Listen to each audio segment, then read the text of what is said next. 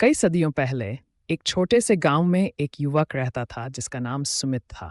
सुमित बहुत ही उत्साही और जिज्ञासु था। वह अपने गांव के बाहर नए स्थानों की खोज करने के लिए बहुत ही उत्सुक रहता था। एक दिन उसने सुना कि एक बहुत ही प्रसिद्ध गुरु गौतम बुद्ध उसके गांव में आ रहे हैं। सुमित को गौतम बुद्ध की बातें सुनने की बहुत इच्छा थी, इसलिए उसने भी उसके सम्मुख जाने का निर्णय लिया। गौतम बुद्ध का आगमन हुआ और उनकी सभा में लोगों ने भीड़ जमा ली। सभा में गौतम बुद्ध ने अपने जीवन के कुछ महत्वपूर्ण संदेश बांटे जो उनकी ध्यानदेनशीलता और विचारशीलता को प्रकट करते थे। सुमित भी उस सभा में उपस्थित था और वह बुद्ध के बयानों को गहराई से सुन रहा था। सभा के अंत में एक युवक ने गौतम बुद्ध से पूछा, भगवान, मैंने सभा में आपके बारे में बहुत कुछ सुना है, लेकिन ये एक सवाल मुझे अभी भी सोचने पर मजबूर करता है। आपने अपनी ध्यान धारणा कैसे प्राप्त की?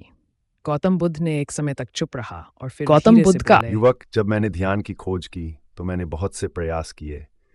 मैंने अपने मन को और अपने शरीर को विशेष रूप से अभ्यासित किया, लेकिन सबसे बड़ी बात यह है कि मैंने अपने विचारों का संतुलन बनाए रखा और अपने मन को स्थिर किया।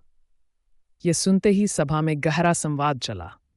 सभा का एक व्यक्ति बोला, ये तो बहुत ही सरल है, हमें लगता था कि यहाँ कुछ रहस्यमय बातें होंगी।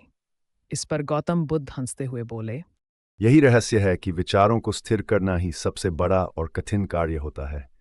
इसीलिए इसका समाधान प्राप्त करने मुझे बहुत समय लगा।